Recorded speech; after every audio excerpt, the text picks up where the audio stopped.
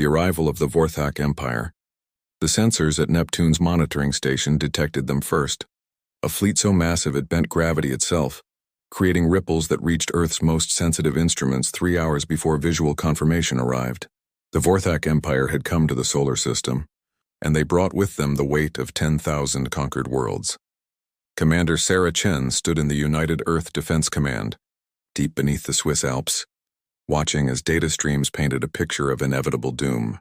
The Vorthak ships numbered in the thousands, each one a monument to alien engineering that dwarfed humanity's largest space stations.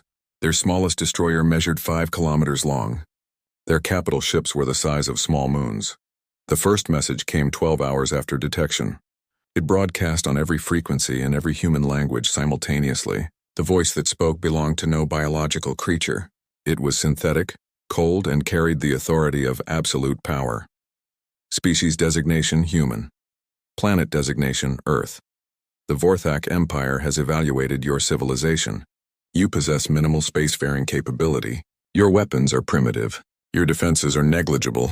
You have 72 of your hours to surrender unconditionally. Resistance will result in the complete sterilization of your biosphere. Compliance will result in integration into the Empire as a servitor species. This message will not repeat. The world held its breath.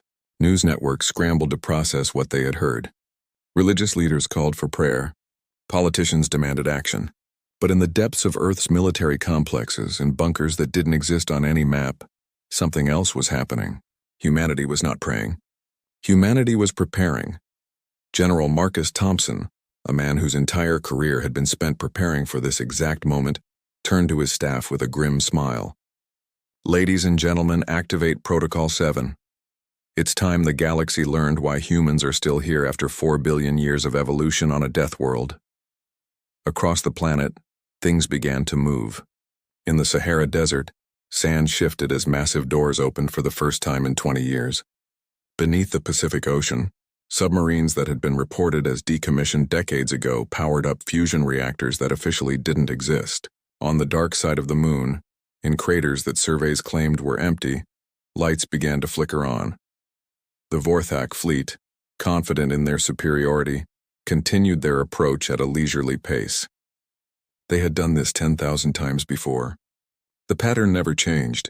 Primitive species saw their fleet, understood their insignificance, and surrendered. Those who resisted were made examples of. Their worlds turned to glass, their species extinct within hours. The Vorthak commander, a being whose name translated roughly to renderer of worlds, watched Earth with what passed for amusement among his kind. "Look at them," he said to his bridge crew. "They haven't even launched their primitive rockets. They sit on their world like prey animals, frozen in fear. Begin preliminary targeting. I want their major cities indexed for orbital bombardment." But something was wrong. The energy signatures from Earth were changing. Where before there had been the normal electromagnetic noise of a pre-interstellar civilization, now there were spikes. Massive spikes, the kind of energy readings that shouldn't be possible from a species that had barely colonized their own moon.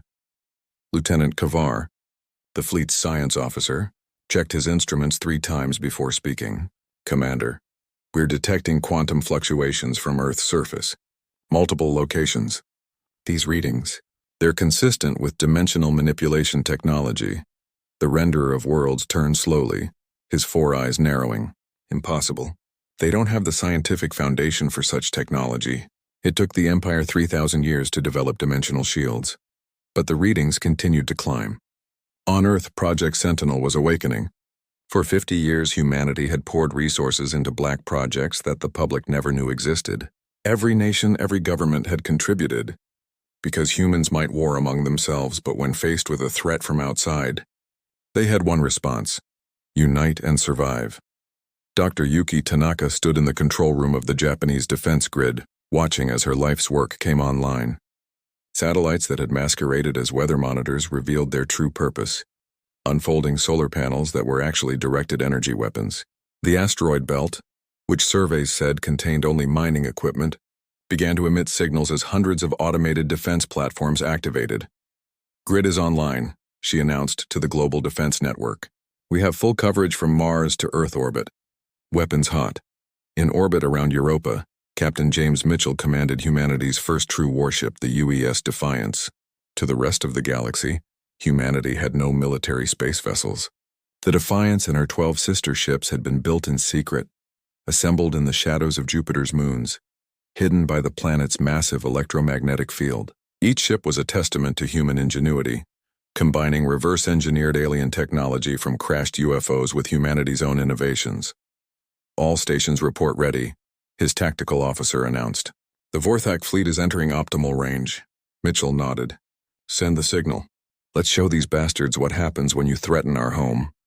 The first strike came from humanity's moon. Craters that had been empty moments before erupted with light, as mass drivers fired tungsten rods at percentages of light speed. The Vorthak fleet, unprepared for resistance, took the hits directly. 3 destroyers simply ceased to exist, their atoms scattered across the void. The Empire's response was immediate and violent. Energy beams that could crack continents lashed out toward the moon. They hit nothing. The dimensional shields that Dr. Tanaka's team had developed flickered to life, bending space itself to redirect the energy into harmless radiation. The Vorthak commander watched in stunned silence as technology his empire had guarded for millennia was displayed by a species they had classified as primitive. "All ships, engage immediately. Burn their world before they can respond." But humanity was already responding. From Earth's surface, launches began. Not the chemical rockets the Vorthak expected, but something far more advanced. Antimatter missiles, each one capable of destroying a capital ship, streaked toward the alien fleet. The space around Earth became a storm of energy and debris as the two forces clashed. The Vorthak had expected sheep. They had found wolves. Wolves with fusion claws and quantum teeth. The battle for Earth had begun, and the galaxy would never be the same. Captain Mitchell brought the Defiance out from behind Europa, her stealth systems dropping as weapons powered up. 12 more ships appeared alongside her, humanity's hidden fleet revealing itself at last. They were outnumbered 100 to 1, but humans had never needed fair odds to win a fight. "All ships attack pattern Delta. Target their command vessels. Show no mercy." The human fleet moved like predators, using Jupiter's moons for cover, striking and fading before the Vorthak could respond. Each human ship was smaller than their alien counterparts, but they were faster, more maneuverable, and equipped with weapons that shouldn't exist. On Earth, the population watched as the sky lit up with alien fire. But instead of cowering, something else happened. In New York, crowds gathered in Times Square singing songs of defiance. In London, the ancient bells of Westminster rang out in challenge. In Tokyo, millions stood on rooftops raising their fists to the sky in unified resistance. The Vorthak had made a fundamental error. They had judged humanity by their technology alone. They hadn't considered the species that had survived ice ages, plagues, world wars, and countless disasters. They hadn't studied the creatures that had climbed from the ocean, conquered every environment on their planet, and looked at the stars not with fear, but with hunger. As the first day of battle ended, the Vorthak Empire had lost 40 ships. Humanity had lost 3. The mathematics of war were changing, and the Empire was beginning to understand that Earth was not like the 10,000 worlds that had come before. Humanity's counterstrike. The second day brought revelations that shook the Vorthak Empire to its core. As their fleet regrouped beyond Mars, trying to understand how a pre-interstellar species had bloodied them so badly, humanity revealed the true extent of their preparations. Admiral Rebecca Foster stood on the bridge of humanity's flagship, the UES Vengeance, a ship that had been hiding in plain sight as a commercial space station at Lagrange Point 5. Around her, officers from every nation on Earth worked in perfect coordination. The old divisions of country and culture had melted away in the face of extinction. Phase 2 of Operation Prometheus is authorized, she announced to the fleet. All hidden assets are cleared for deployment. Let's show them what human paranoia and 50 years of preparation look like. Across the solar system, humanity's true defenses awakened. The asteroid belt revealed its secret. What the Vorthak had dismissed as simple mining operations were actually mobile weapons platforms. Thousands of asteroids had been hollowed out, equipped with engines and weapons and left dormant until needed. Now they came alive, forming a defensive line that no fleet could simply push through. On Mars, colonists who the galaxy thought numbered in the hundreds revealed themselves to be in the millions. The red planet had been transformed into a fortress world, its underground cities connected by maglev trains, its surface dotted with hidden weapons that could reach Earth orbit. But the real surprise came from further out. In the Kuiper Belt, where humanity supposedly had no presence at all, massive constructions began broadcasting identity signals. Humanity had built factories out there, automated systems that had been constructing weapons and ships for decades. Hidden in the darkness beyond Neptune, the renderer of worlds studied the tactical displays with growing unease. His initial scan had shown Earth as having perhaps a dozen military vessels. Now he was tracking over 300, with more appearing every hour. The primitive species that could barely leave their planet had somehow built a navy in secret. How? He demanded of his intelligence officers. How did we not detect this? The answer came from an unexpected source. Earth itself began broadcasting on all frequencies, and the voice that spoke belonged to the United Earth President, Maria Santos. To the Vorthak Empire, and all who are witnessing this transmission, you came to our world expecting to find prey. You found predators instead. For 50 years we have known you were coming. Every nation on Earth, every human alive has contributed to our defense. We buried our differences, combined our resources, and prepared for war. You think us primitive because we haven't conquered other worlds. We haven't conquered other worlds because we've been busy turning our own system into a weapon. The truth of her words became apparent as humanity launched its counterstrike. Ships that had been defending now went on the offensive. But it wasn't just military might that humanity wielded. They deployed psychological warfare on a scale the Vorthak had never encountered. Human hackers who had spent years studying captured alien technology began infiltrating Vorthak communication systems. They didn't just jam signals. They replaced them. Suddenly, Vorthak soldiers were receiving orders that sent them to the wrong coordinates. Their navigation system showed enemy ships where none existed. Their own computers began playing human music at maximum volume. Death metal, specifically chosen for its psychological impact on Vorthak auditory organs. Lieutenant Kavar watched his console in horror as human programs infiltrated their systems. Commander, they're not just hacking our technology. They're learning from it, improving on it in real time. Their adaptive algorithms are unlike anything in our databases. But the psychological assault went deeper. Humans began broadcasting the history of their wars to the Vorthak fleet. Images of Thermopylae, where 300 held against thousands. Videos of Stalingrad, where a city chose to die rather than surrender. Records of every time humanity had faced impossible odds and survived through sheer stubborn refusal to quit. The message was clear. Earth would never surrender. Every human would die before accepting servitude. The Vorthak Empire had protocols for species that resisted. They would glass the planet, exterminate the population, and move on. But as they prepared for total war, they discovered another human surprise. Earth's children were no longer only on Earth. Colonies throughout the solar system revealed themselves.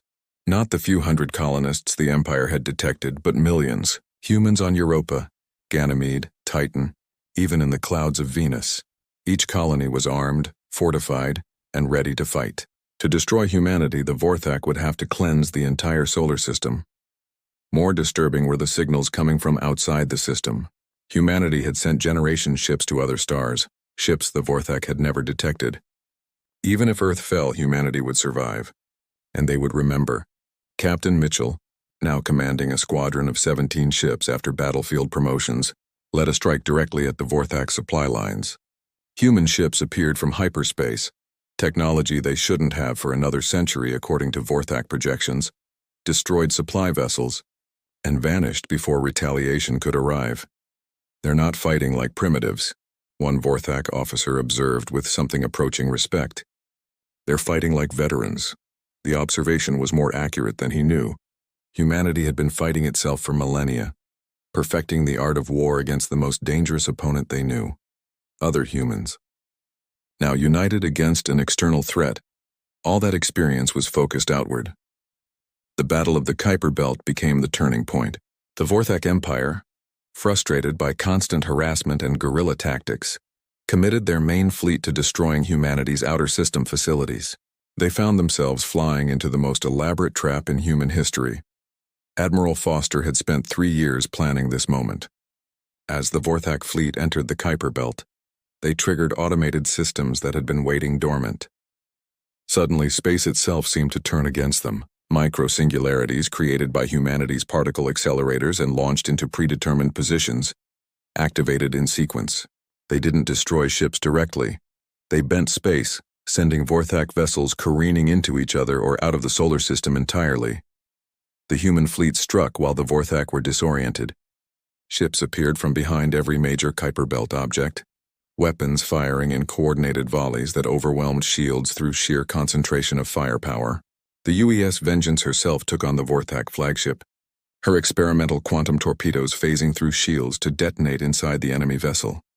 The Renderer of Worlds, watching his fleet burn around him, finally understood the truth. Humanity hadn't just prepared for war. They had evolved for it. Every challenge in their history had selected for intelligence, adaptability, and an absolute refusal to accept defeat. The Vorthak had threatened that evolution's ultimate expression. As his flagship broke apart, the Renderer sent one final message to his empire. Avoid Earth. Classify System Sol as forbidden. The humans. They are not prey. They are the apex predators of their world, and now they look to the stars. The battle lasted 6 more hours. When it ended, the Vorthak Empire had lost 60% of their fleet. The survivors fled, using their hyperdrives to escape the solar system. They left behind wreckage, technology that humanity would reverse engineer, and a message that would spread across the galaxy faster than light. Earth was not for conquest. Humanity was not for subjugation.